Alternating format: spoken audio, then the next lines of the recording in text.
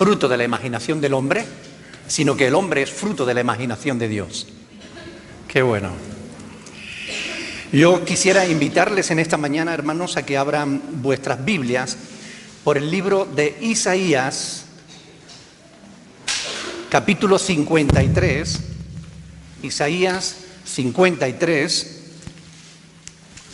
donde vamos a leer unos versículos.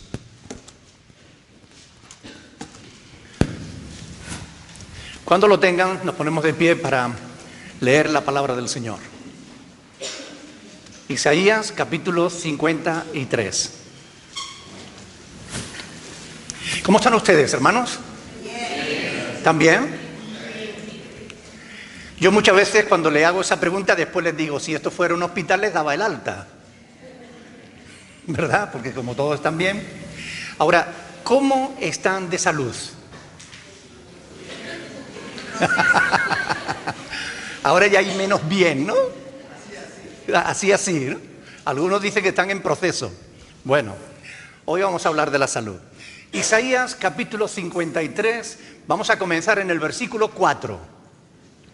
Dice la palabra del Señor, presten atención, ciertamente llevó Él nuestras enfermedades y sufrió nuestros dolores, y nosotros le tuvimos por azotado, por herido de Dios y abatido.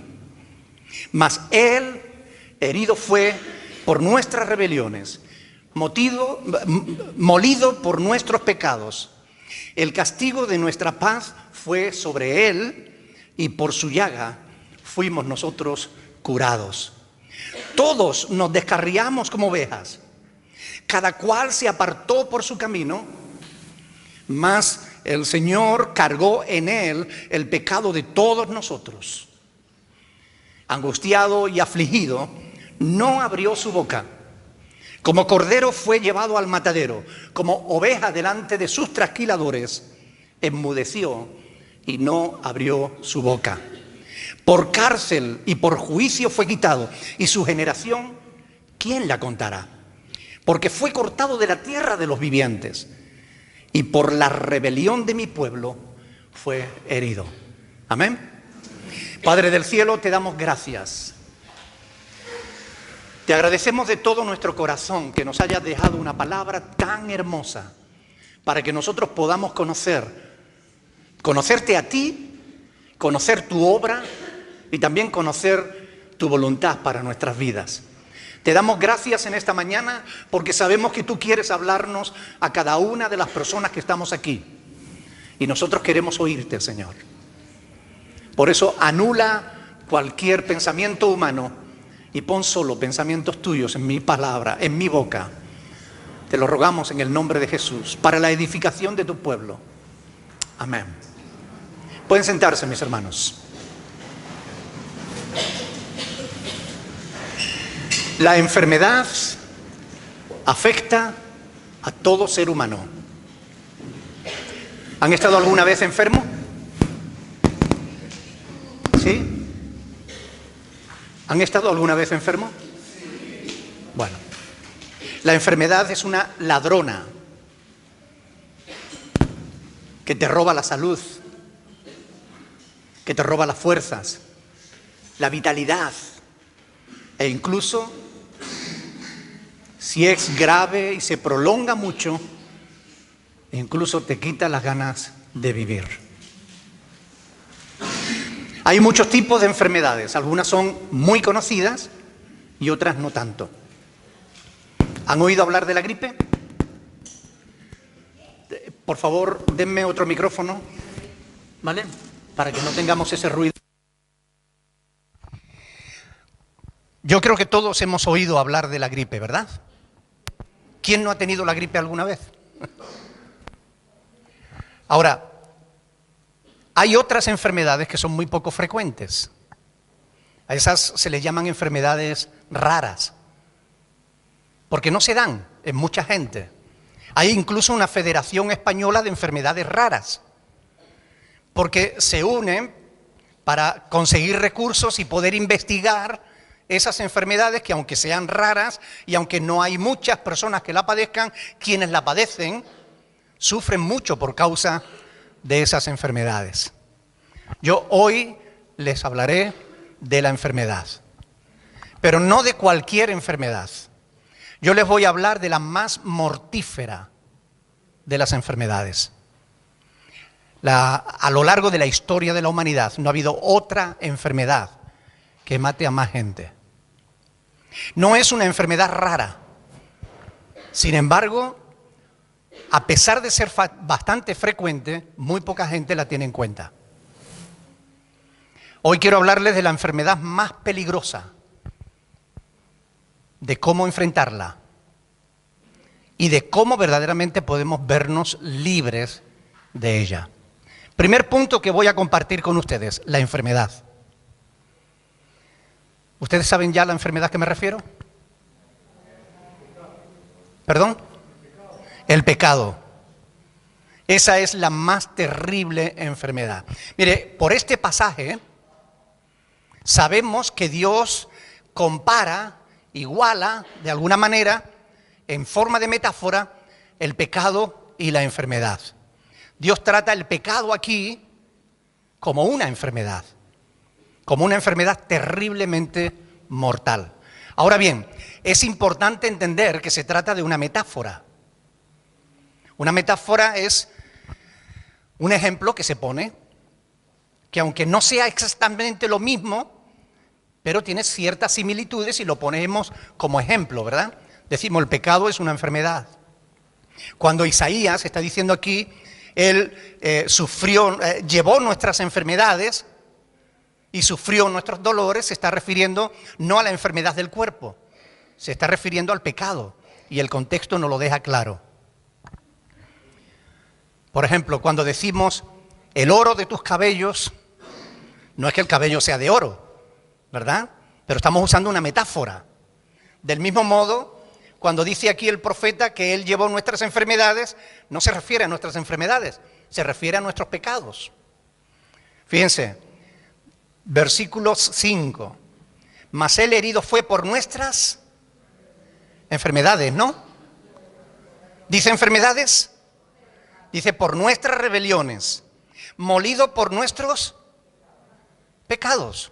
O sea, no está hablando de la enfermedad del cuerpo, sino que está hablando del pecado.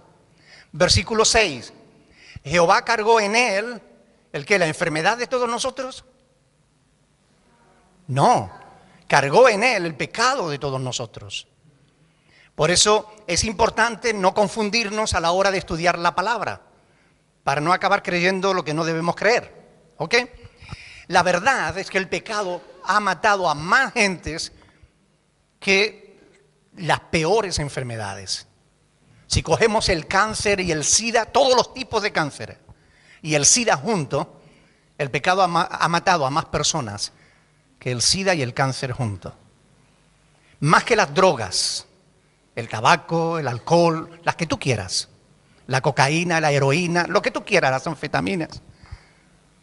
El pecado ha matado más gentes que la droga, más que los deportes de riesgo, más que todas las guerras que han habido en el mundo desde que Caín matara a Abel. Fíjense si ha habido guerras en las que han muerto millones y millones de personas. Aún así el pecado mata a más personas que todas las guerras juntas. ¿Saben por qué es tan mortífero el pecado? Porque muchos no saben que están contagiados por esa enfermedad. Y aquellos que aún reconocen que están contagiados con esa enfermedad, no saben cómo verse libre de ella. Es como un virus que se propaga silencioso y que se contagia de unos a otros, sin que ninguno se dé cuenta. No es un virus que Dios creara. El pecado surgió como consecuencia de la rebeldía humana. Nace de la desobediencia y se contagia de unos a otros por la ignorancia y la irresponsabilidad. ¿Qué hace el ser humano cuando está enfermo? Punto 2. Dos maneras de afrontarlo. Este es el punto 2. Hay dos maneras de afrontarlo. La primera es que la gente lo niega. Porque soy yo pecador, yo no robo, yo no mato, yo no le hago daño a la gente. Generalmente cuando estamos enfermos buscamos el remedio que nos devuelva la salud. Pero sabemos que no todo el mundo es inteligente. Y ni siquiera todo el que es inteligente actúa siempre de manera inteligente. Por eso nos encontramos con gentes muy inteligentes, pero que daña su propia salud. Por muy estúpido que eso parezca, que lo es, mucha gente prefiere vivir ignorando su estado de salud. Y repito, me refiero en relación al pecado. Nuestra salud espiritual. No hablamos de la salud física hoy, hablamos de la salud espiritual. Niegan que estén enfermos. Mucha gente lo niega. Mucha gente niega que sean pecadores, aunque se estén muriendo por causa del pecado. El miércoles, en la reflexión que hago diariamente con mi esposa y que después subo al Facebook, nos tocó meditar en Mateo capítulo 9, y en el versículo 12 está la frase famosa en la que Jesús dijo: los sanos no tienen necesidad de médico, sino los enfermos. La pregunta es que los fariseos a los que él se estaba refiriendo estaban sanos? Desde luego que no, pero ellos creían que no necesitaban al médico divino. Pensaban que no necesitaban a Jesús. ¿Qué ocurre cuando un enfermo terminal, cuando un enfermo contagiado de una enfermedad mortífera,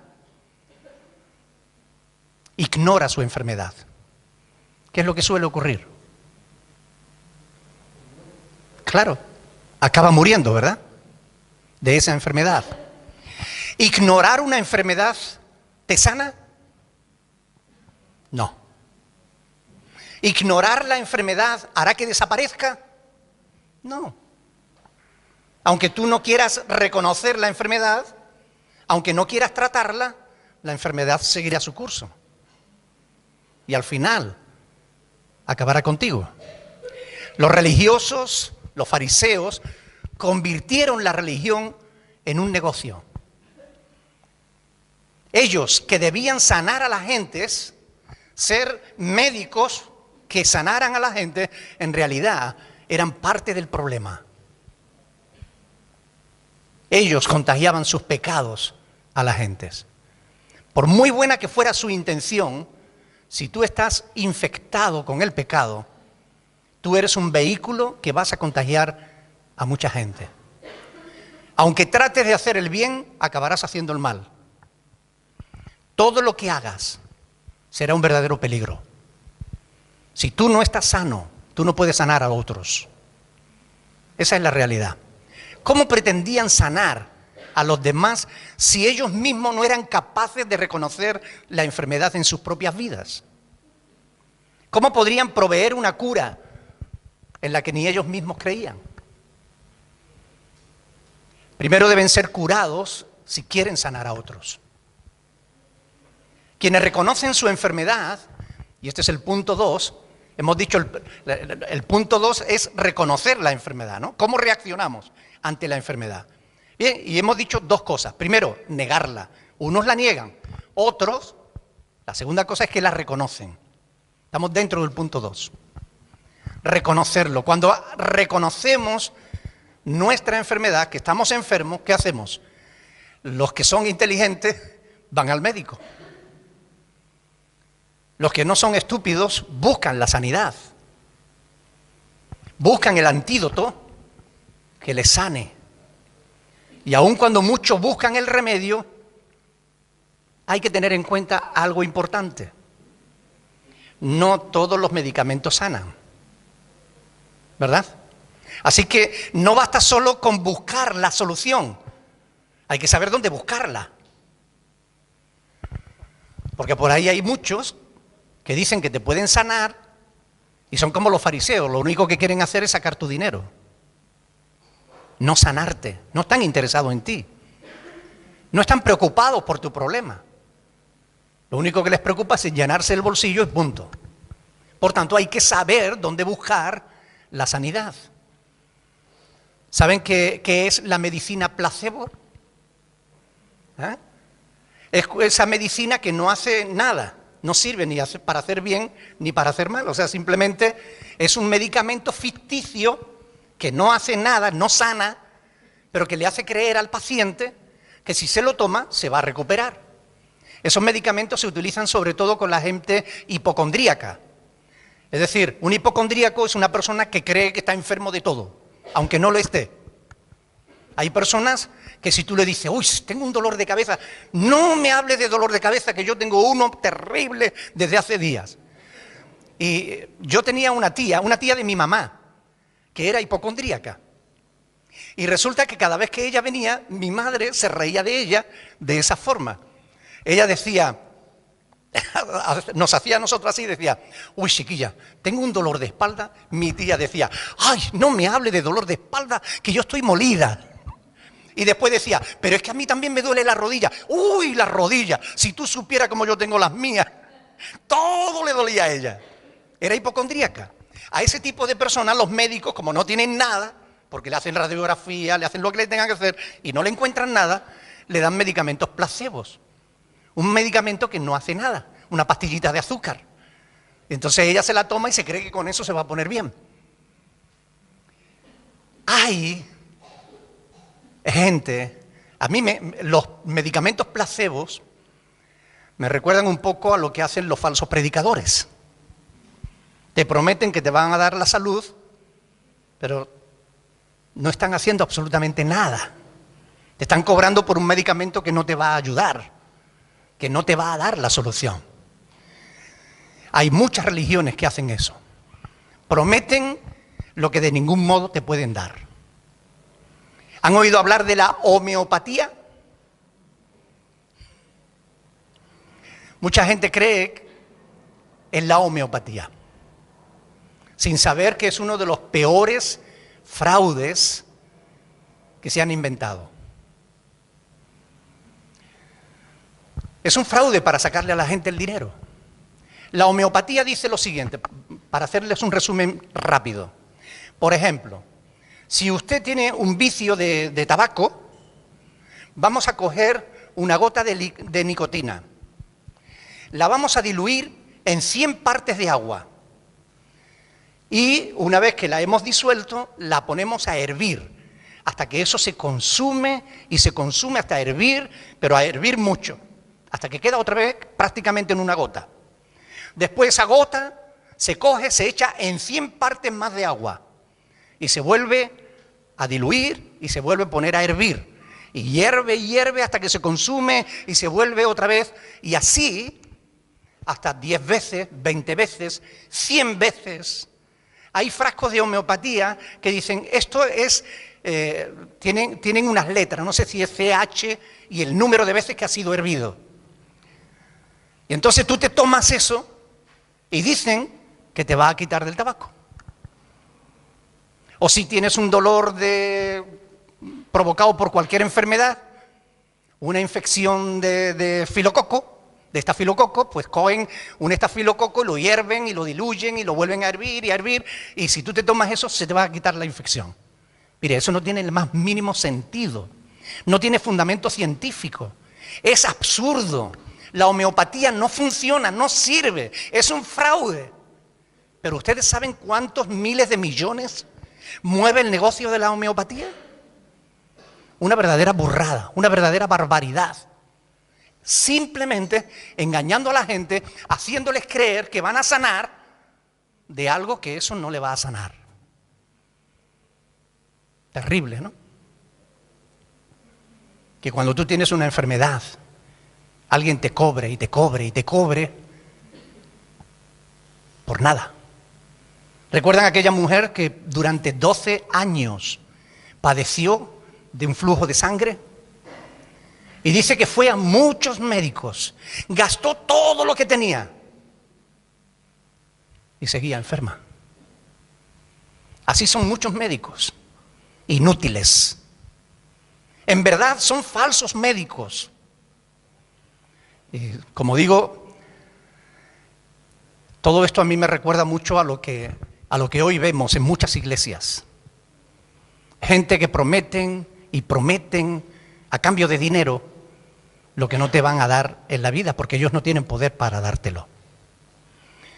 Una persona inmunda, una persona enferma, todo lo que toca lo contamina. Ayer leí una frase de Joel Osteen. Joel Osteen es un pastor americano que tiene una de las iglesias más grandes del mundo. Con uno solo de sus libros gana 30, 40 millones de dólares. Con uno solo de sus libros.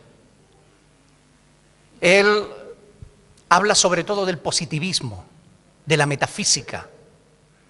Sé positivo. Una de las frases que leí ayer de él, en una entrevista que le hicieron en una televisión americana, él dijo: no hablemos más de pecado en la iglesia. No hablemos más de pecado en la iglesia.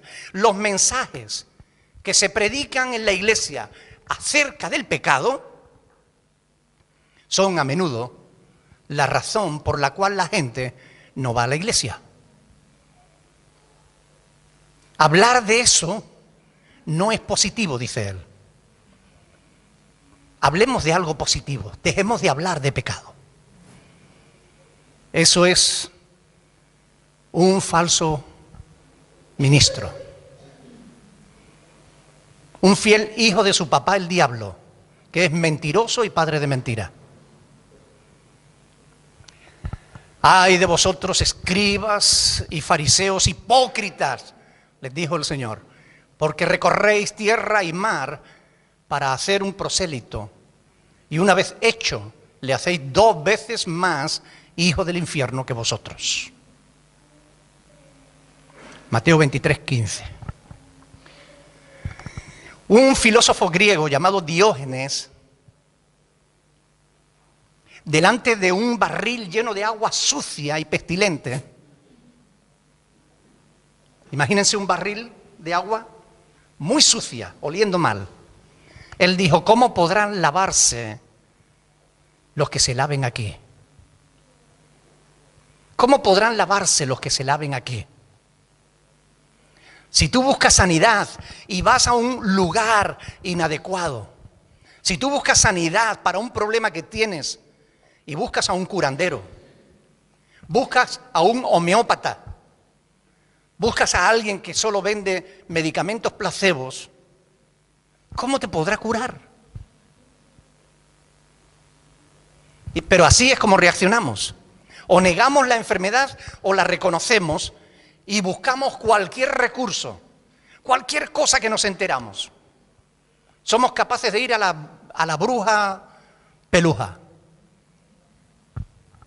Oye, que me han dicho que allí hay una señora que te echa unas cosas y no sé qué, y un mejunje que no sé cuánto, y tú lo pones debajo de tu almohada, y eso resulta que te sana y te quita todos los problemas. Y nos lo creemos. En Jerez de la Frontera salió un señor que se dio cuenta de todo esto y dijo: ya está, ya tengo el negocio para hacerme multimillonario engañando a la gente.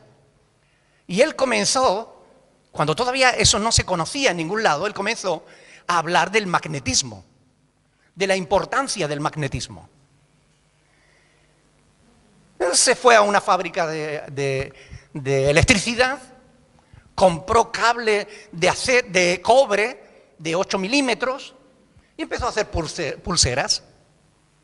Y entonces decía que esa pulsera te quitaba el reuma y te quitaba no sé qué, las metía en una caja muy bonita, con un prospecto, con testimonios falsos, lógicamente, porque eso no hace nada, con falsos testimonios de la gente. Uy, yo me puse la pulsera y al tercer día me recuperé, dejé de tener dolores. Y empezó a vender pulseras de cobre. Y después dijo, los imanes. Y empezó a vender imanes. Mire, imanes para meter debajo de la almohada. Imanes para meter en la cachofa de la ducha. imanes para llevarlas colgado del cuello como si fuera un talismán, imanes de todo tipo. Ustedes no se pueden imaginar lo de dinero que ese hombre hizo en muy poco tiempo. Hasta que el Ministerio de Sanidad, hasta que la Seguridad Social se le echó encima, mandaron especialistas, hicieron estudios y demás, vieron que todo era un fraude, le metieron una multa de órdago de muchos millones y le cerraron el negocio. ¿Saben ustedes qué es lo que ha hecho? Se ha trasladado a México y allí sigue con su negocio, haciéndose multimillonario, engañando a la gente, diciéndole que con sus imanes, con sus pulseras de cobre, les va a quitar el reuma, la ansiedad, el problema del colesterol, todo lo que se te ocurra. Y la gente lo compra y lo compra y lo compra, y cada vez lo hacen más millonario, más millonario. Hay que buscar, si reconoces que estás enfermo, tienes que buscar sanidad, pero tienes que saber dónde vas. Tienes que saber a quién acudes, a quién oyes, a quién crees, a quién sigues. Hoy en día hay grupos muy numerosos de gente que cree que una frase mágica, la sangre de Cristo tiene poder. Ay, si tu hijo está enfermo, ponle la mano en la cabeza y di, la sangre, te cubro con la sangre de Cristo, y se va a sanar. ¿Quieren ustedes hacer el favor de explicarme dónde está eso? Porque en la Biblia eso no está. La Biblia dice que la sangre de Cristo nos limpia de todo pecado. Eso, nada más y nada menos. Eso es lo que hace la sangre de Cristo. La sangre de Cristo no es un talismán. La frase esa de te cubro con la sangre de Cristo no va a quitar las enfermedades de tus hijos, ni te van a proteger de las maldiciones, de los malos de ojo, ni nada de eso. La sangre de Cristo lo único que hace es perdonar tus pecados si tú te arrepientes y te comprometes delante de Dios a no seguir practicándolos. Por eso es importante que nosotros nos aseguremos bien de que estamos tomando el medicamento adecuado. Y este es el punto tercero que vamos a ver en esta mañana: el remedio, el medicamento que de verdad funciona. Cristo, nuestro médico divino. Él es el único que puede limpiarnos de esa enfermedad cochina que es el pecado. Él es el único que puede sanar nuestro corazón. Él es el único. No hay ningún otro tratamiento humano que pueda con esa enfermedad mortal llamada pecado. Lo que es peor, ni aún la muerte acaba con la enfermedad. Porque una vez que has traspasado la muerte, el pecado se hace más poderoso todavía, porque ya no cuentas con posibilidad de tratamiento alguno. Así que si te corrompe y te hace daño en vida, imagínate muerto. Porque muerto no es dejar de ser, no es desaparecer, como dicen los testigos de Jehová o los mormones, que son falsos médicos. La muerte es pasar a un estado diferente. Si crees en Cristo, pasarás a la gloria de Dios. Si no crees en Cristo, estarás en el infierno hasta que seas juzgado y echado en el lago de fuego. Y allí no vas a dejar de ser, no vas a desaparecer, vas a estar lamentándote por el resto de la eternidad. Solo hay un medicamento, una solución para el problema del pecado. Pero fue necesario un sacrificio humano. Fue necesario que una persona muriera, como está escrito en Hebreos 9:22. Casi todo es purificado, según la ley, con sangre. Y sin sangre, sin derramamiento de sangre, no se hace remisión. Como afirma Isaías, por sus llagas, fuimos nosotros curados. Y repito, no se refiere a nuestras enfermedades físicas, se refiere a nuestras enfermedades espirituales, al efecto que el pecado produce en nosotros. No es un tema baladí, No es un tema poco importante. Algunos de ustedes estarán diciendo, bueno, ya sabemos, pastor, que el pecado hace daño y que Cristo es la solución. ¿Somos cristianos? Sí, somos cristianos y a veces seguimos pecando. Por eso es importante acudir siempre, inmediatamente al Maestro Divino. Da igual que lo declares, da igual que lo decretes, la sangre de Cristo no te va a proteger de las deudas. La sangre de Cristo no te va a hacer rico. La sangre de Cristo no te va a proteger de las enfermedades. Todo eso es fruto de gente poco preparada, que no conocen suficientemente la palabra de Dios. La sangre de Cristo nos limpia de todo pecado. Cuando Cristo sufrió en nuestro lugar, su sangre derramada allí en la cruz se convirtió en el antídoto para la enfermedad del pecado. El profeta Isaías lo aclara magistralmente. No es necesario ser muy intelectual, no es necesario ir a un seminario durante 3 años para entender que en el contexto, este texto está hablando del pecado. Estoy basando mi sermón en una comparación, tratando el pecado como una enfermedad, porque es la comparación que hace el profeta Isaías. Hay un pasaje que quiero que veamos. Primera de Pedro, capítulo 1. Lo digo porque Primera de Pedro, capítulo 1, hay muchísima gente hoy.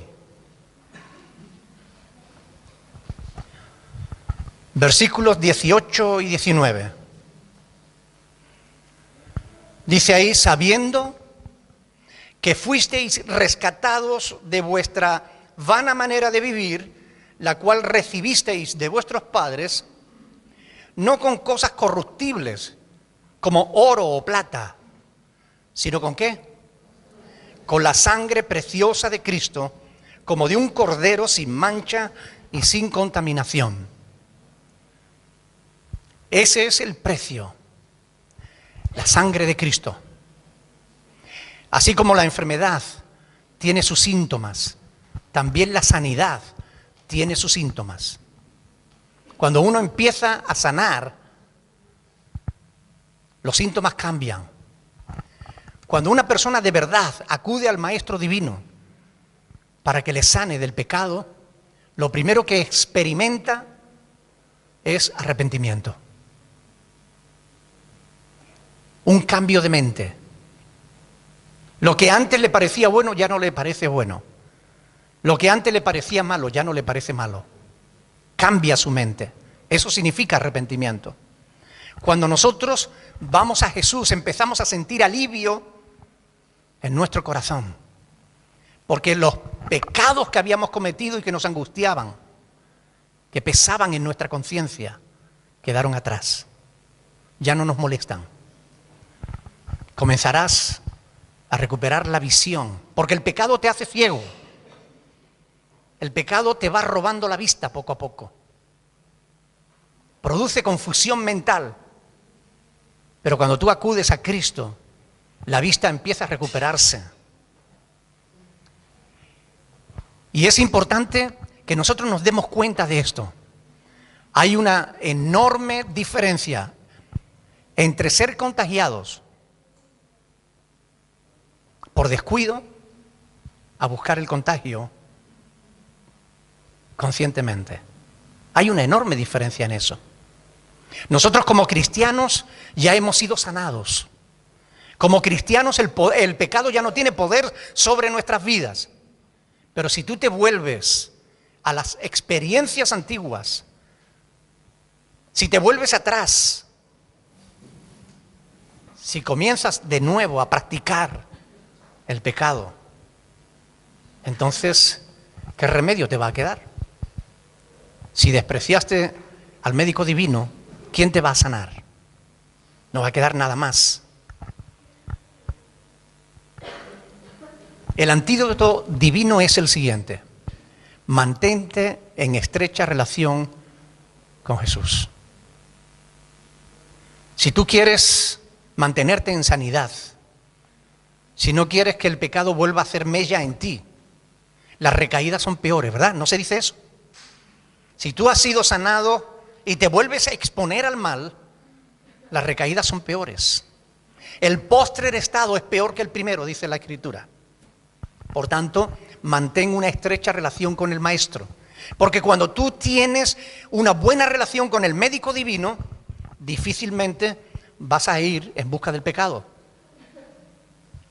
Sigue al pie de la letra sus instrucciones. ¿Qué tenemos que hacer antes de tomar un medicamento? Lo primero es leer el prospecto, ¿verdad? Este es el prospecto de Dios. Estas son las instrucciones que el médico divino ha dejado para que nosotros sepamos cómo debemos vivir, cómo debemos hacer para protegernos de la enfermedad. Cuenta con tus hermanos en la fe. No te apartes, no te alejes de tus hermanos, porque cuando te alejas, cuando te apartas, te debilitas. Y esto tú lo sabes. Cuando te reúnes con tus hermanos, cuando tienes buena comunión con ellos, cuando vives y convives con otros que tienen la misma fe que tú, tu fe se fortalece. Pero cuando no haces eso, cuando te alejas, cuando te apartas, tu fe se debilita. Por tanto, les invito a reflexionar sobre esta grave enfermedad que es el pecado. Si has sido sanado, no te la juegues.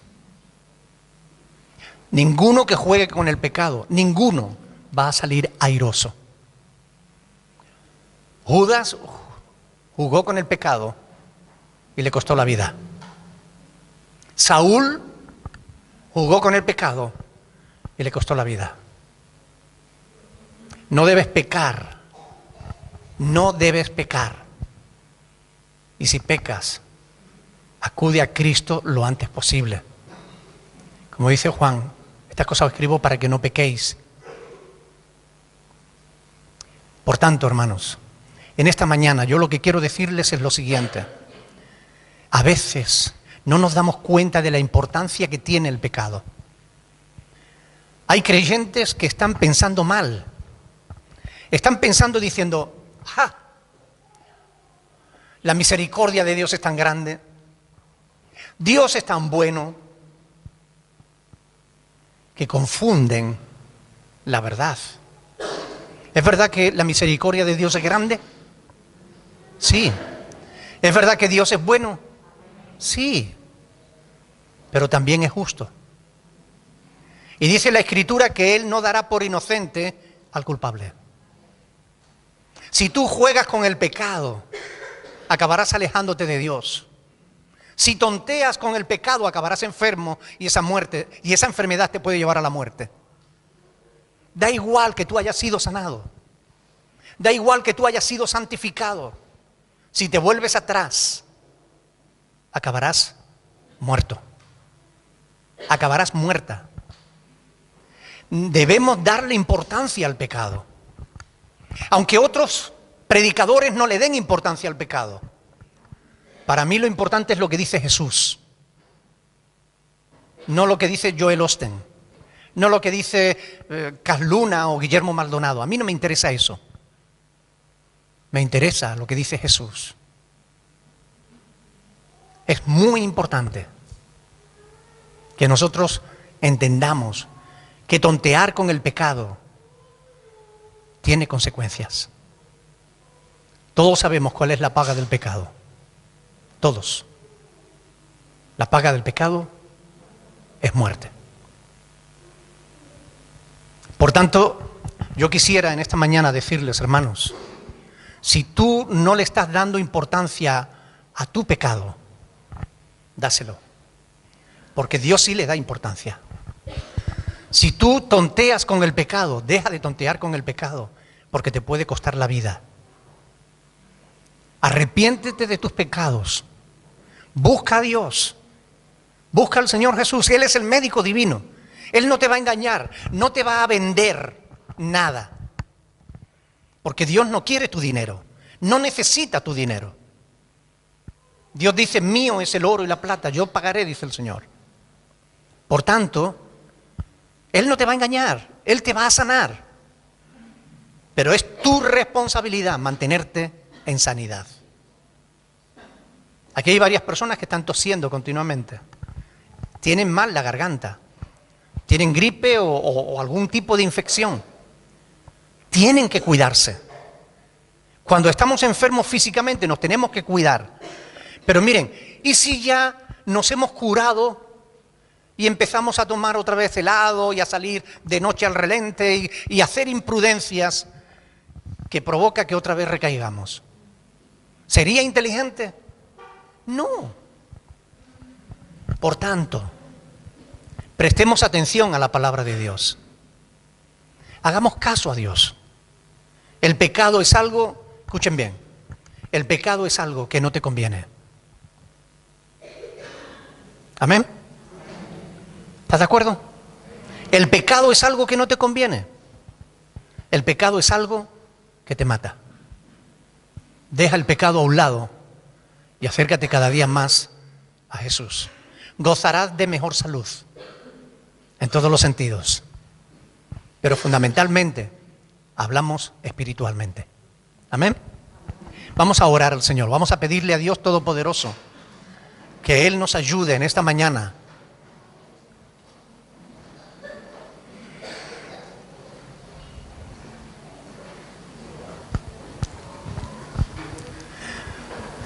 Déjenme preguntarles otra vez. ¿Cómo están ustedes?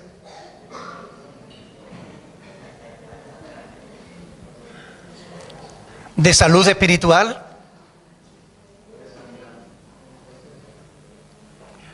Ojalá que todos podáis decir bien, porque le hayáis entregado al Señor vuestro corazón al 100%, porque os hayáis apartado del pecado.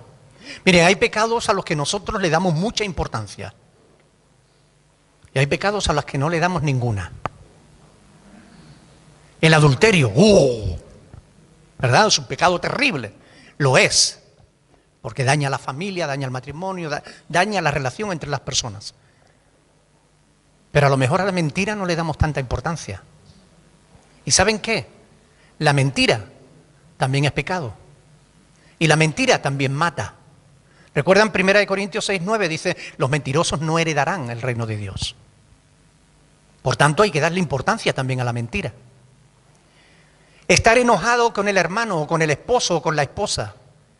A veces no le damos importancia, pero lo tiene. Porque el mandamiento es que nos amemos los unos a los otros. Y a veces estamos dispuestos a amar a todo el mundo, menos a quien tenemos más cerca. Eso no está bien, eso es pecado. ¿Están de acuerdo? Oremos. Pidámosle a Dios que Él nos ayude a mantenernos limpios de todo pecado. Y para lo cual necesitamos a Jesús. Él. Y solo Él es quien nos puede sanar. Oremos, hermanos, algunos que quieran orar en esta mañana.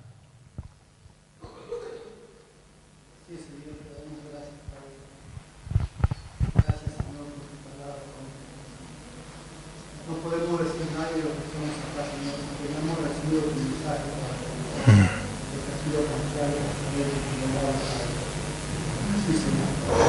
Así que podemos pedir y rogar, Señor, que tú nos ayudes, Señor, a vivir una vida piadosa, una vida de amor, de justicia y de paz, Señor. Para todas las personas en las que nos rodean, Señor, y nos ayude, Señor, a vivir en tu palabra, Señor, a apoyarla por obra, Padre Santo, no solamente de voz, no solamente con carne, por decirlo, para que veamos, Amén. sino en nuestro propio corazón para vivir, para contigo, Señor, porque tú sabes lo que venimos viendo, Padre. Pensamos, Señor. Sabes, Señor, cuando estamos visitados, cuando estamos partidos, Señor. Por eso te doy las gracias, Padre, porque tú, Señor, tú eres nuestro medio.